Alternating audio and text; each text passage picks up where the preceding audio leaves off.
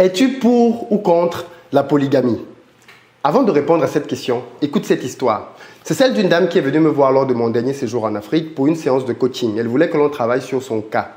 À la base, je pensais qu'on allait parler uniquement de business, de son projet, comment l'aider à le créer ou à le développer.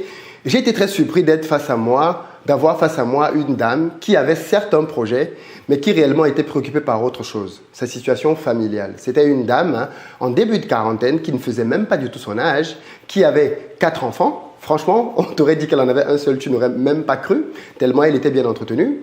Et pourtant, cette dame-là avait une profonde douleur dans son cœur. Ce n'était pas le fait qu'elle avait des enfants ou même qu'elle avait un mari. C'était plutôt que son mari venait de lui annoncer qu'il allait avoir une deuxième épouse. Dans le contexte de ce qu'elle m'a expliqué, il n'avait jamais été question de ça auparavant. C'est quelque chose avec lequel elle n'est bien évidemment pas d'accord, mais elle semble ne pas avoir le choix parce que la famille du monsieur est totalement d'accord avec cette décision-là que ce monsieur a prise. D'ailleurs même, ils l'ont un peu motivé à prendre cette décision-là. Mais surtout, c'est un monsieur qui avait déjà du mal à assumer ses responsabilités vis-à-vis de ses 4 enfants déjà présents. Il ne rationnait plus comme il fallait. Et en plus de cela, et c'est là où la chose est vraiment d'autant plus dramatique, c'est qu'il commençait à y avoir de la violence de sa part. Donc non seulement ce portrait est déjà assez triste, mais en plus, comme si ça ne suffisait pas, il a décidé de rajouter une couche en décidant de ramener une deuxième épouse. Bien évidemment contre la volonté de sa femme et surtout de manière à vraiment, on va dire, la désorienter complètement parce qu'au moins au début, elle réfléchissait à comment faire pour s'en sortir maintenant que son mari ne joue plus son rôle familial par rapport au fait d'être pourvoyeur. Et pendant qu'elle réfléchissait à ça, pendant qu'elle était dans l'idée de lancer des business, qu'elle voulait développer des choses, elle a reçu comme un coup de massue derrière la tête, lui annonçant que désormais, elle va avoir dans la même maison qu'elle une coépouse. Qu'est-ce que vous faites à la place de cette dame-là? Pas de réponse facile. Dans les commentaires, je veux savoir ce que tu lui aurais, toi, proposé. On a un adage en Côte d'Ivoire qui dit que derrière un grand homme se cache une femme de feu. Mais la réalité, c'est que de nos jours, les grands hommes sont de plus en plus rares. Malheureusement. Et ce ne sont pas les femmes qui vont me contredire là-dessus. Un homme, en réalité, est supposé être pour sa femme un accélérateur. Quelqu'un qui va l'aider à se découvrir, à s'épanouir et à s'accomplir. Malheureusement, aujourd'hui, beaucoup d'hommes sont devenus comme des freins, des barrières à l'épanouissement et à l'accomplissement de leurs épouses. La bonne nouvelle, c'est qu'on peut les identifier. La bonne nouvelle, c'est que ce genre de personnes, en général, ne le deviennent pas une fois qu'ils sont dans le mariage. Ils te donnent des traces, des indices pour te laisser voir ce qui t'attend demain. Dans cette vidéo, je me propose de te parler à cœur ouvert, en tant qu'homme, pour t'expliquer quels sont les types d'hommes qu'il faut que tu évites. Je vais parler dans cette vidéo de 14 profils d'hommes. J'ai pris le temps d'analyser chacun d'entre eux pour te dire pourquoi est-ce que pour chacun de ces 14 profils-là, tu devrais prendre tes pieds au niveau de ta tête et courir. Parce que clairement, si tu es dans une relation comme celle-là, si tu envisages de te mettre en relation avec quelqu'un, vérifie ces éléments-là et tu auras peut-être des indicateurs qui vont t'éviter de grandes souffrances. Pourquoi est-ce que je te parle de cette thématique? Parce qu'en fait, je me rends bien compte aujourd'hui qu'il est impossible de lancer un business, de prospérer en business quand dans ton environnement proche, c'est la guerre.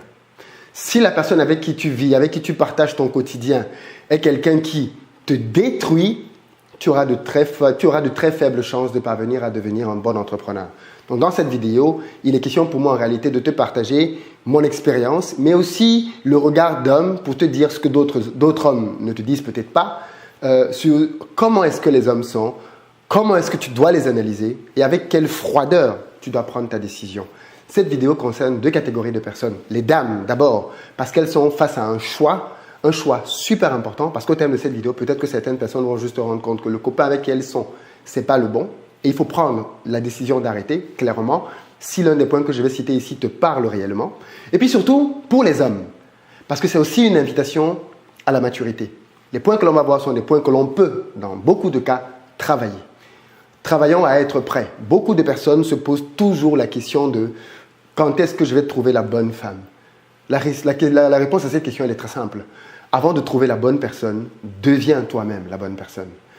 On va donc entrer dans la vidéo et ceci n'est pas personnel et toute ressemblance dans les cas que je vais donner n'est que fortuite. Mais il se trouve que nous vivons à peu près les mêmes histoires et donc ce que je vais dire ici va peut-être te parler à toi aussi directement.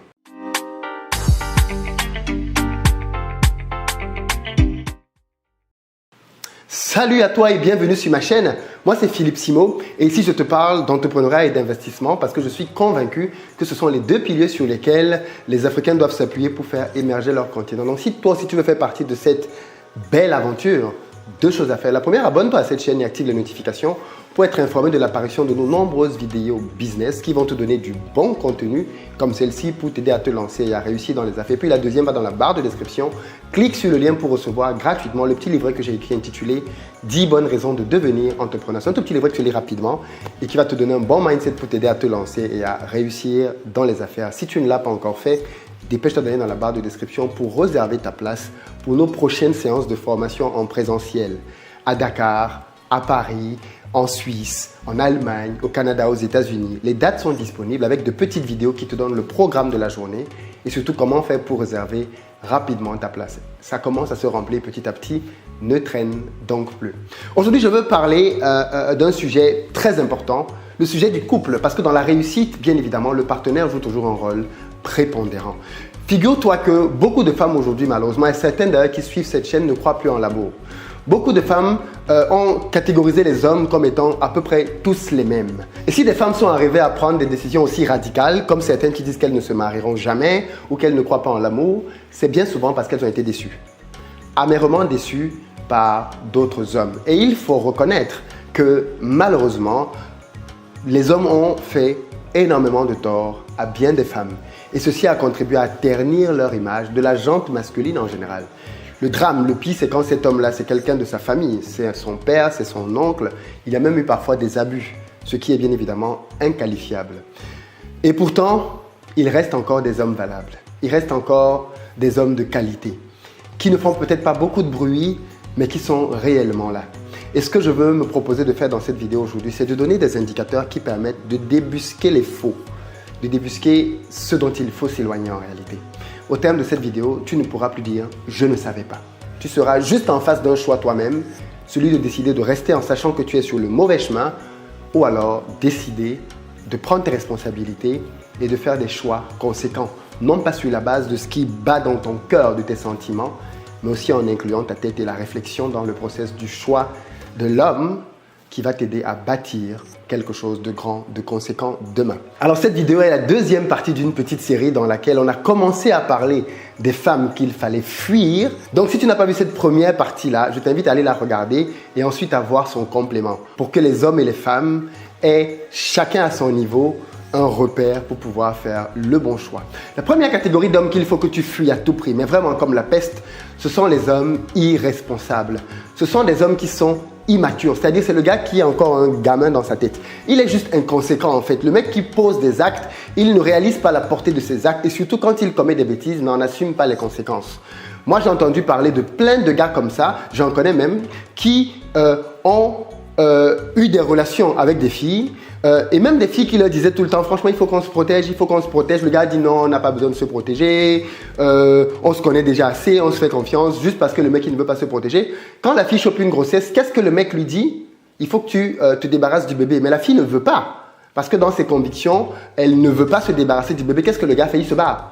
Tu imagines le niveau d'immaturité. On a beaucoup de garçons comme ça qui sont encore de gros irresponsables dans leur tête. C'est-à-dire, ils veulent bénéficier des avantages du mariage, mais ne veulent pas en assumer les responsabilités. Si tu décides d'avoir des rapports non protégés avec une dame et qu'elle tombe enceinte, cher ami, tu en assumes les conséquences. Tu ne peux pas vouloir le beurre, l'argent du beurre, la crémière et tout ce qui va avec. Non, à un moment donné, il faut être conséquent. La première catégorie d'hommes dont il faut vraiment s'éloigner, ce sont des hommes irresponsables. Parce que lui là, il va te causer énormément de tort tout au long de sa vie. Parce que la plupart des choses qui vont arriver, il te dira qu'il n'est pas là pour résoudre. Il cause des problèmes, mais quand il faut résoudre, il te laisse face à la situation. Est-ce que tu vois du type d'homme dont je te parle? La deuxième catégorie qu'il faut fuir, ce sont les hommes violents. Je parle ici de violence physique. C'est le gars qui commence d'abord par te gifler un jour parce que tu as mal parlé, parce que tu lui as soi-disant manqué de respect. Et bien évidemment, ils ont toujours le réflexe de s'excuser. Oh franchement, je suis désolé, je ne sais pas ce qui m'a pris. On dirait qu'un esprit est entré en lui, quoi, l'esprit de la violence. et que c'est cet esprit qui a commandé son bras et qui a giflé à sa place. Tu vois, le mec, il ne sait jamais ce qui se passe quand il est devenu violent. Le pire cas, c'est le gars qui te dit que c'est parce que tu l'as énervé. C'est-à-dire qu'en fait, c'est ta faute s'il n'a pas pu se contrôler, s'il n'a pas pu maîtriser ses nerfs et s'il est devenu agressif ou violent, c'est ta faute à toi. Ça commence par une gifle. Demain, ce seront des coups de poing. Et tu sais où ça se termine? Par la mort. Figure-toi que dans un pays comme la France, qui est un pays quand même dans lequel les droits des femmes sont beaucoup mis en avant, une femme meurt tous les 2 jours sous les coups de poing de son mari. Tous les 2 jours, une femme meurt. Et c'est souvent mort à l'arme blanche. Certains même tuent leur femme avec un fusil. Tu imagines? Tu imagines? Donc le gars qui te gifle aujourd'hui, clairement, il faut que tu prennes une décision. Le mec qui te gifle, qui te donne des coups de poing et qui te fait croire qu'il regrette, ainsi de suite, si tu ne prends pas la bonne décision aujourd'hui, je crains que demain, on te comptabilise parmi les personnes qui sont mortes sous les coups de poing de leur mari. Quelle mort stupide, quelle mort évitable. Quand quelqu'un t'a déjà montré qui il est réellement, n'essaie pas de le pousser beaucoup plus loin. Tu as vu ce que tu devais voir, barre-toi. Troisième catégorie d'hommes, on reste dans la violence, mais maintenant je parle de la violence verbale. C'est la violence la plus négligée. On a beaucoup tendance à parler et à mettre en avant les violences physiques en se disant oui, non, il ne faut pas frapper, il ne faut pas frapper. Mais on néglige la violence des mots. Elle fait tout aussi mal, peut-être même plus mal parfois, parce qu'un mot peut te détruire. Une gifle, à la limite, tu peux te relever, d'accord? Voilà, il te gifle, ça te fait mal, tu peux te relever. Il y a des paroles qui, on te les dit, tu les gardes dans ta vie pendant 10 ans. Pendant 20 ans, et elles te définissent même par rapport à qui est-ce que tu es. Eux, ils frappent avec des mots. Leurs mots, c'est comme des coups de marteau qu'ils t'assomment, quoi. Des insultes, des injures. Tu n'es rien, tu n'as rien, tu ne peux rien faire sans moi. La dévalorisation permanente dans les paroles. Le genre de gars qui te parle mal, comme si tu étais une ordure. Pire même, certains poussent à l'extrême en te parlant mal devant des gens. Qu'est-ce que tu fais avec lui? Clairement, tu penses qu'il va changer? Tu penses que tu es psychologue et que tu vas le guérir? Tu penses que tu es médecin? Sa mère n'a pas pu. Toi, tu vas pouvoir. Cher ami, chère sœur, barre-toi de là. Le quatrième type d'homme que tu dois fuir, ce sont les fils à maman. Le fils à maman, lui, c'est le gars qui fait passer sa mère avant sa femme. Je sais qu'ici, je choque beaucoup de gens. Mais je vais vous rappeler une chose, les amis. Si vous décidez de vous marier à une femme, alors vous êtes en train de dire que cette femme-là passe avant votre mère. Oui, tout à fait. Ta femme passe avant ta mère. Si tu n'es pas d'accord, va épouser ta mère. Pourquoi? Mais parce que quand tu es malade, d'accord, c'est cette dame-là qui dort avec toi sur le lit, qui prend soin de toi. Si tu arrives un truc à 3 heures du matin, c'est elle qui va s'inquiéter pour toi et qui va t'amener, je ne sais pas moi, à l'hôpital. Quand tu rentres tard le soir, c'est elle qui s'inquiète. C'est elle qui se préoccupe de savoir ce qui va t'arriver. C'est elle qui cuisine des plats pour toi. C'est elle qui te conseille. C'est elle qui supporte ton stress, les difficultés que tu peux ramener de ta vie à l'extérieur. Elle est là tout le temps pour toi. Oui, elle passe avant ta mère. Si tu tombes non sur un mec qui fait passer sa mère avant toi. Qu'est-ce que j'entends par là? Parce que là aussi, il ne faut pas confondre les choses. Un mec qui fait passer sa mère avant toi, c'est un mec qui ne se confie pas à toi, mais qui se confie à sa mère. C'est un mec qui ne te consulte jamais, mais qui consulte sa mère pour tout. Et pire, c'est un mec qui se confie à sa mère par rapport à votre couple et parlant même des choses indiscrètes. Il y a des hommes, malheureusement, qui parlent de leur intimité sexuelle qu'il a avec sa femme, avec sa mère, de telle sorte que il ne couvre même pas sa femme. C'est-à-dire, l'une des questions que les mamans posent à leurs garçons, parce que peut-être que les filles ne le savent pas, mais une des questions que les mamans posent à leurs garçons, c'est comment ça se passe à la maison, comment est-ce que ta femme tient la maison et comment est-ce que ça se passe dans le domaine conjugal. Les mamans posent ce type de questions à leurs garçons parce qu'elles sont femmes, non? Elles savent comment ça se passe. Et elles savent que quand un homme n'est pas satisfait sexuellement, c'est la porte ouverte parfois à beaucoup de dérives. Donc, elles posent la question avec une bonne intention. Mais comment est-ce que le mari répond? Tu peux répondre très sagement et donner à ta mère des indicateurs pour lui faire comprendre qu'elle n'a pas à s'alarmer, que les choses se passent bien, qu'elle ne s'inquiète pas pour toi. Franchement, tu es plutôt satisfait. Ou alors, tu peux commencer à dire à ta mère, franchement, la femme là, elle ne se lave pas le soir, hein, elle ne sent pas bon, hein, franchement, elle est tout le temps fatiguée, hein, on ne parvient pas à faire X, Y, Z. Hein. Tu es en train toi-même d'ouvrir les portes et les brèches pour que ta mère qui s'inquiète pour toi commence à se dire, cette fille-là n'est pas la bonne, il faut que je lui trouve une autre femme. Tu es toi-même en train de faire ça. Donc, si tu es avec un copain aujourd'hui, qui a cette tendance-là à être quelqu'un qui va dire tout ce qui se passe chez vous à sa mère, tu as peut-être là la réponse sur le fait que tu n'es pas au bon endroit, tu n'es pas avec le bon gars, il faut que tu te barres. Cinquième catégorie d'hommes dont il faut se méfier, qu'il faut fuir complètement, ce sont les mecs qui sont radins. Radin. Qu'est-ce que j'entends par radin ici? Je ne parle pas de la radinerie dans le sens où le gars doit combler toutes tes envies et tous tes désirs, parce que là aussi, on parle dans la vidéo pour les femmes du type de femme à fuir. Et ces femmes matérialistes, il faut les fuir clairement. Donc, je ne parle pas d'ici d'un homme qui achète tout ce que tu veux. Mais qui est-ce que j'appelle radin? Un homme radin, pour moi, c'est un homme qui fait beaucoup d'économies quand il s'agit de te faire plaisir. J'ai vu des gens qui touchaient 3-4 000 euros, qui ont offert des bagues de fiançailles et des bagues de mariage à leur femme qui coûtaient 50 euros. Come on, qu'est-ce que ça signifie ça? Je veux dire, à un moment donné, il faut quand même comprendre la valeur et le sens des choses. Parce qu'eux, il va te dire, oui, mais c'est pas là qu'il faut mettre de l'argent. Il faut donc mettre l'argent où? Lui, il ne met jamais l'argent sur toi. Il va te dire qu'il faut mettre l'argent dans la maison. Oui, mais l'argent, c'est pas pour tout. La maison, c'est pas pour toi particulièrement. C'est pour toi, lui, les enfants et tout le monde. Quand est-ce qu'il met de l'argent sur toi particulièrement? Quand est-ce qu'il t'offre des choses qui coûtent cher? Tu as des mecs comme ça qui sont spécialistes pour offrir toujours des cadeaux types. Le pire, c'est que tu en as qui, quand il s'agit de s'offrir à eux-mêmes des choses, ils s'offrent à eux des choses qui coûtent cher. Mais quand il veut t'offrir à toi, il va te prendre le truc le moins cher. C'est un indicateur que le gars ne te considère pas beaucoup. Pareil, il y a aussi des gars qui sont chiches avec eux-mêmes et qui, comme il est chiche avec lui-même, il va être chiche avec toi. C'est-à-dire, comme lui, il achète toujours ses vêtements au marché ou les vêtements moins chers, il ne comprend pas que toi, il doit te traiter différemment et t'offrir des vêtements de bonne catégorie, de bonne classe, ainsi de suite. Non, non, non, non, non, non. Il va t'emmener dans les mêmes histoires de marché que lui. Il faut fuir ce genre de gars. Un bon gars, c'est un gars qui comprend la notion de sacrifice. Et le sacrifice suppose que, même si je n'ai rien, je donnerai tout ce que j'ai pour cette dame, pour cette princesse, pour cette reine, parce que je l'aime. Et quand on aime, on ne compte pas. Méfie-toi du gars qui sait compter quand il t'aime. Ce n'est pas un bon gars. Le gars qui te rappelle que je t'ai acheté ça, je t'ai acheté ça, je t'ai acheté ça, c'est un gars qui compte. C'est un signe de radinerie. Moi, je me rappelle très bien, pour mon mariage et même pour mes fiançailles, pour les deux occasions, moi, je ne suis pas quelqu'un qui suis particulièrement bijoux, particulièrement bague ou quoi que ce soit, mais j'avais compris que pour les femmes, ce sont des moments importants et qu'il faut marquer. Et je me suis dit, plutôt que d'acheter une bague de 50, 100 euros, je vais acheter une bague pour la vie que je serai fier, ou du moins dont elle sera fière pendant 50 ans. Dont elle sera fière pendant le nombre d'années qu'il faut. Et donc, j'ai mis les moyens qu'il fallait pour acheter deux bagues. Une bague de fiançailles et une bague de mariage. Les deux sont serties de diamants. Enfin, l'une a un diamant dessus et l'autre est sertie de plusieurs diamants. Parce que je voulais marquer le coup. Alors, attention, j'avais les moyens de le faire. Attention, ça me demandait de faire des sacrifices, d'accord? De pouvoir aller puiser plusieurs mois de salaire pour pouvoir acheter ces deux bagues-là. Mais, jusqu'aujourd'hui, je suis bien content d'avoir fait ce sacrifice parce que c'est un cadeau intemporel. Les années passent et la bague rappelle quelque part l'éternité de l'amour. Ne sois pas chiche, ou du moins méfie-toi des gars qui sont chiches. Sixième type d'homme à fuir, ce sont les hommes qui n'ont pas de parole. Un homme sans sa parole, qu'est-ce qu'il vaut? Rien du tout. C'est un homme léger. Un homme, le mariage ne tient pas sur la base, sur le fait que vous avez mis une alliance à la mairie.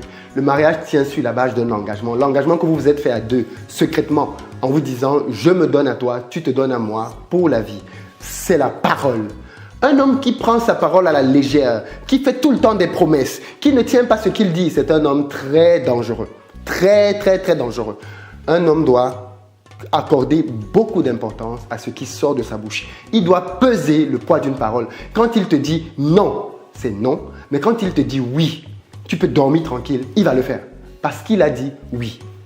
C'est le type d'homme, clairement, dont il faut s'éloigner. Le gars qui parle et oublie ce qu'il a dit. C'est pas bon. Septième type d'homme, c'est le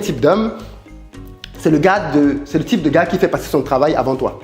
Tu as toujours un gars comme ça, tu vois, qui suit investir au pays ou qui aime le business, mais il les aime au point où il les fait passer avant toi. Come on, un homme se bat pour sa femme. Un homme travaille pour sa femme, pour sa famille, pour ses enfants. Quel est cet homme qui fait passer donc le travail avant sa femme? Beaucoup malheureusement tombent dans ce piège-là. Ils oublient pourquoi est-ce qu'ils se battent dans le travail. Ils oublient que c'est pour la famille et font passer la famille après le travail. Ça, c'est bien évidemment dangereux. Il faut éviter et fuir ça. Malheureusement, c'est un type d'homme aussi qui court les rues. Là, le gars qui fait passer sa carrière avant tout. Fuis ce type d'homme. Huitième type d'homme, c'est le gars qui n'est pas intéressé par toi. Il n'est intéressé que par le sexe. C'est le gars qui te rencontre, qui te croise et qui n'a qu'une obsession dans la tête, c'est coucher avec toi. Tu peux lui parler d'avenir, il n'est pas là-dedans. Quand tu veux te projeter avec lui, il n'est pas là-dedans. Tout ce qui l'intéresse, c'est coucher.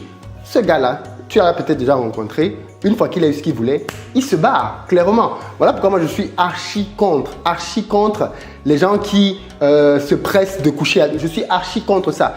Parce que tu n'as pas le temps de bâtir quoi que ce soit. Le sexe est quelque chose qui trouble tout. Tous ceux qui sont en relation le savent très bien. Dès que le sexe entre dans le game, les critères de validation ne sont plus les mêmes. Personnellement, j'ai eu la chance que mon épouse a d'abord été mon amie pendant longtemps avant de devenir mon épouse. Ce qui veut dire que le jour où j'ai eu des sentiments pour elle, en fait, je la connaissais déjà depuis très longtemps. Et je l'ai connue en tant qu'amie, il n'y avait aucun sentiment dedans. Je la voyais comme je voyais d'autres filles, sans plus. Mais ça m'a permis de la voir dans son état naturel. Parce que dès que les histoires de sexe et de sentiments se mêlent à la chose, on commence à jouer des rôles d'acteurs. Donc du coup, clairement, le gars qui est là et qui veut juste coucher avec toi, méfie-toi clairement de lui. Du moins, ce n'est pas le genre de gars qui va vouloir te marier. Tu as des gars comme ça qui vont rencontrer une fille en club, d'accord? Il est sorti en boîte de nuit, il a rencontré une fille. Le soir, ils sont entrés ensemble, ils ont couché ensemble. Le lendemain, la fille pense qu'elle a trouvé son mari. Come on! Tu penses que tu as trouvé ton mari en boîte de nuit? Le gars qui était là pour tirer sur tout ce qui bougeait? Non, bien sûr que non. Bref, tu comprends très bien ce que je veux dire. Le gars qui veut juste coucher avec toi, clairement, c'est le type de gars avec qui il ne faut pas se projeter. Neuvième type de gars, c'est le gars qui n'a pas d'ambition. Lui, ce gars-là, dans sa vie, malheureusement, il ne se projette pas pour réaliser de grandes choses. C'est le genre de gars qui ne sait jamais ce qu'il veut.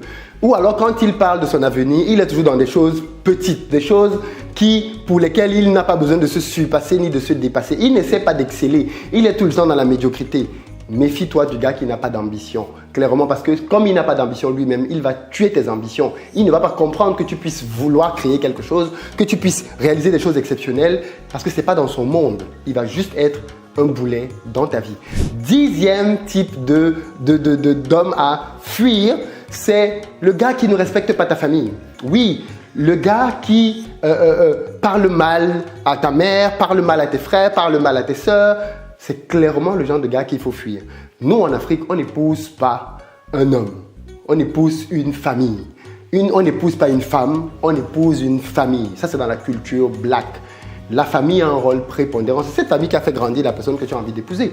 Donc, avoir un gars qui n'a aucune considération pour ta famille, qui parle mal de tes parents, qui peut même parfois leur manquer de respect, c'est un signe que demain, il te manquera de respect à toi. Parce qu'en fait, au départ, quand ça se fait, tu penses que c'est juste vis-à-vis des autres. Non, ça va finir par se retourner contre toi aussi. 11e catégorie d'hommes qu'il faut fuir, c'est l'homme infidèle. Bon, je ne vais pas beaucoup m'étendre dessus parce que c'est évident, non? Le mec infidèle, c'est le mec qui est tout le temps en train de se projeter. C'est-à-dire, soit il te compare tout le temps à son ex, soit il est tout le temps en train de te dissimuler ce qu'il fait. Où est-ce qu'il était? Il ne te dit jamais où est-ce qu'il était. Avec qui il était? Il ne te dit jamais avec qui il était. Tout le temps en train de te raconter des histoires parce que généralement l'infidèle, ça couple bien avec le mensonge. Donc, tu ne sais jamais vraiment ce qu'il fait. Tu n'as accès à rien dans sa vie. Je ne dis pas qu'il faut être le genre de personne qui fouille à l'excès, mais un gars qui ne te donne accès à rien, qui te cache tout. Son téléphone, tu ne peux pas y toucher. Les comptes en banque, tu ne peux rien voir. Ça, c'est pas bon. C'est pas bon. Mon épouse a accès à tous les comptes. Tous les comptes. Je veux dire, tu ne peux pas vouloir bâtir quelque chose de stable, long terme avec quelqu'un et tu viens cacher. Non. Pas dans le mariage en tout cas. Clairement, pas dans le mariage. Donc, si tu veux un homme qui va réellement t'aimer, il faut que tu vérifies si c'est un homme qui va t'être fidèle. Parce que ça, c'est un très gros point, bien évidemment. Moi, je vois des filles qui se battent dans la rue pour un gars. Je ne sais pas si tu vois de quoi je parle. Le gars, il trompe l'une et elle va se battre avec sa coépouse à cause du gars. Mais comment tu en arrives à te ridiculiser à ce point? Si le gars, il veut plus de toi, si le gars, il commence à chercher ailleurs, si tu découvres ça, tu as découvert la chose. Tu veux te barrer, barre-toi. Quand tu vas te ridiculiser à aller commencer à appeler la fille, essayer de la menacer, c'est quoi ces histoires? Barre-toi. Garde ta dignité, garde ton honneur. Ne va pas te traîner dans la boue comme si sans cet homme-là, la vie s'arrêtait. Non, clairement, un homme qui te trompe, là-dessus, clairement, prends tes pieds et barre-toi. Je ne dis pas qu'il ne faut pas pardonner. Attention, il ne faut pas non plus mal comprendre ce que je dis. Ça peut arriver, ok? Tout le monde peut faire un accident. Mais déjà, il faut que la personne ait une attitude repentante, l'attitude de quelqu'un qui le regrette et pas quelqu'un qui se vante de ses exploits. Et ensuite, tu as bien évidemment aussi la latitude de pouvoir éprouver son sérieux dans sa démarche de repentance. Mais si c'est le gars qui est multirécidiviste Au point, il commence à te dire, oh, je ne sais pas ce qu'il m'a pris. Parce que ça, c'est souvent le truc, je ne sais pas ce qu'il m'a pris. Soit il frappe, soit il trompe, il ne sait pas ce qu'il... Dans ce cas-là, il ne sait pas ce qu'il le prend. Mais quand il est dans l'action avec l'autre fille, là, il sait bien ce qu'il est en train de faire. Bref, tu comprends très bien ce que je veux dire, quoi. Ce sont pour moi des points, des gros signaux. Si tu es encore copain, copine avec un gars qui commence à te tromper, là, tourne, prends tes pieds et barre-toi. Maintenant, si tu décides de rester, tu viens encore te plaindre de quoi toi-même demain? Tu as choisi. Le 12e type d'homme à fuir, ce sont les hommes qui manquent d'assurance. C'est le gars qui est tout le temps en train d'essayer de se comparer à toi. Et il est content quand il est devant toi. C'est le gars qui ne va pas supporter ne pas savoir où tu es. C'est le gars qui est jaloux à l'extrême. En réalité, c'est son manque d'assurance, son manque de confiance en lui qui fait qu'il n'ait pas confiance en toi en fait. Peu importe ce que tu fais, peu importe là où tu es, il est inquiet. Et c'est le gars qui ne va pas supporter que tu gagnes plus que lui. Parce que c'est comme si pour lui être un homme, ça se définit par le fait de gagner plus d'argent. Méfie-toi et éloigne-toi de ce genre de type d'homme. 13e type d'homme, c'est l'homme secret. Le gars qui te cache absolument tout. Il ne te partage pas son cœur, il ne te partage pas ses émotions. Tu ne sais vraiment jamais ce qui se passe dans sa tête, ni dans sa vie. C'est un genre d'homme qui est très dangereux parce que c'est clairement le genre d'homme qui peut te faire, avec qui tu vas découvrir demain qu'il a un enfant qui a 5 ans dehors. Clairement, le gars qui te cache ses émotions, ses sentiments, c'est trop dangereux. Moi, avant de me mettre avec mon épouse, je lui ai tout dit, tout de mon passé. Il n'y a personne qui peut débarquer demain et il vient dire à ma femme, est-ce que tu sais que ton mari a fait ci? Elle sait. Je lui avais tout dit. Je dis bien de A à Z, même les choses les plus horribles, je lui ai dites. Donc, tu peux débarquer de là où tu veux, lui dire ce que tu penses qui va la choquer et tu seras surpris qu'elle le savait déjà. Pourquoi? Parce que je lui ai dit. Et puis, le 14e et dernier type d'homme dont il faut se séparer, c'est l'homme paresseux. C'est le gars qui est assis sur le canapé en train de jouer aux jeux vidéo, qui laisse sa femme travailler dehors. Cet homme-là, il faut le fuir absolument. C'est la jeune génération. Ils ne comprennent rien à la vie et ils pensent qu'ils n'ont aucune responsabilité en tant qu'homme. Fuis-moi ce type d'homme, il est dangereux pour toi. Un homme doit se préoccuper de pouvoir aux besoins de sa famille. Et je connais des gens qui sont au chômage parce qu'ils attendent un boulot du niveau de leur qualification. C'est quoi cette mentalité? Moi, j'ai appris qu'un homme doit se battre, même s'il allait travailler au McDo, même s'il a un doctorat.